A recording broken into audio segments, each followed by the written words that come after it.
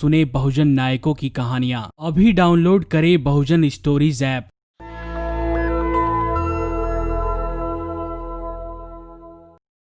Patreon और अन्य माध्यमों से नेशनल दस्तक का सहयोग करने वाले सभी दर्शकों का बहुत बहुत शुक्रिया। आपके सहयोग से ही बहुजन मीडिया को नई ऊंचाई मिल रही है और मनोबल और अधिक बढ़ रहा है। आशा है आगे भी आप हमें ऐसे ही सपोर्ट करते रहेंगे। धन्यवाद।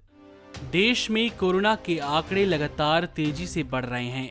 संक्रमित लोगों की संख्या करीब 30 लाख हो गई है। वहीं ऐसे हालातों में भी बिहार में चुनाव कराने की बात कही जा रही है।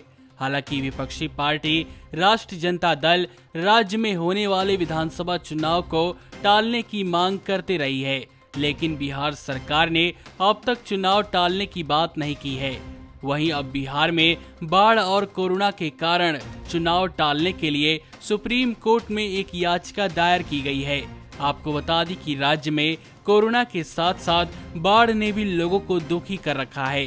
बाढ़ से लोगों को होने वाली परेशानी और राज्य में बदहाल स्वास्थ्य व्यवस्था को लेकर विपक्षी पार्टी राजद के नेता तेजस्वी यादव अक्सर मुख्यमंत्री नीतीश कुमार को घेरते रहे हैं। इतना ही नहीं, उन्होंने राज्य में होने वाले चुनाव को खारिज कर बिहार में राष्ट्रपति शासन लगाने की भी मांग की थी। वहीं अब सुप्रीम कोर्ट में चुनाव टालने की याचिका में कहा गया है कि बिहार इस समय कोरोना और बाढ़ से जूझ रहा है। ऐसे में विधानसभा चुनाव संभव नहीं हो सकता। कोरोना और बाढ़ से मुक्त होने तक विधानसभा चुनाव रोक दिया जाए। चुनाव टालने की यह याचिका दिल्ली में रहने वाले राजेश जायसवाल ने दायर की है। याचिकाकर्ता की तरफ से वकील शांतनु सागर ने कहा कि मुख्य निर्वाचन आयुक्त ने 11 अगस्त को बिहार के चुनाव तय समय पर होने की घोषणा की है।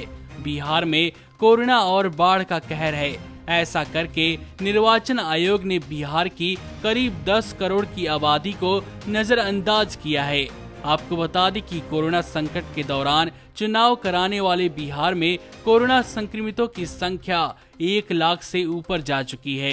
निर्वाचन आयोग ने बुजुर्गों के लिए कोई योजना नहीं बनाई है जो कोरोना को लेकर संवेदनशील होते हैं। चुनाव टालने की मांग को लेकर कोर्ट में दायर किए गए इस याचिका में यह भी बताया गया कि कोरोना और बाढ़ से मुक्त होने तक बिहार में चुनाव कराने पर तब तक रोक लगाने का दिशा निर्देश दिया जाए जब तक बिहार सरकार वहां के नागरिकों को चुनाव के लिए पर्याप्त सुविधाएं न दे। बिहार में अक्टूबर से नवंबर के बीच विधानसभा चुनाव कराने की तैयारी की जा रही है। राज्य में एनडीए की सरकार का कार्यकाल 29 नवंबर को पूरा हो रहा है। राज्य में कोरोना संकट के बीच चुनाव कराने का फैसला उचित नहीं लगता है। मौजूदा संकट के बीच बिहार में विपक्षी पार्टियां भी विधानसभा चुनाव को टालने की बात करती रही हैं। नमस्कार। नेशनल दस्तक अपनी आर्थिक जरूरतों को पूरा करने के लिए अपनी ऑडियंस पर निर्भर है।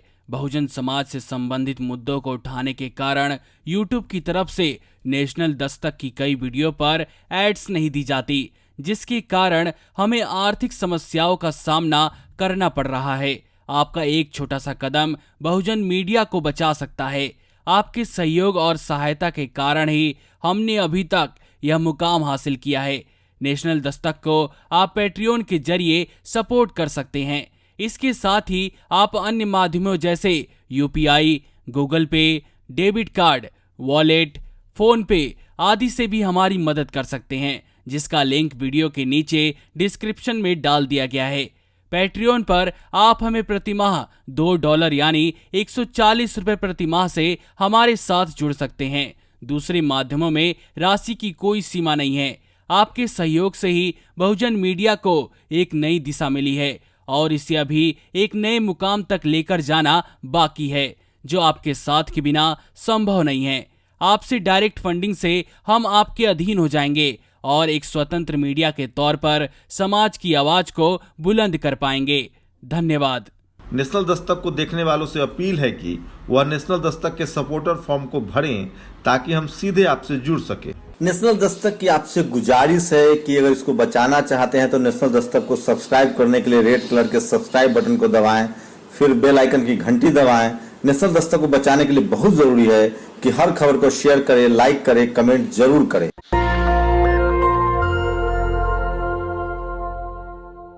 सुने बहुजन नायकों की कहानियां। अभी डाउनलोड करें बहुजन स्टोरीज ऐप।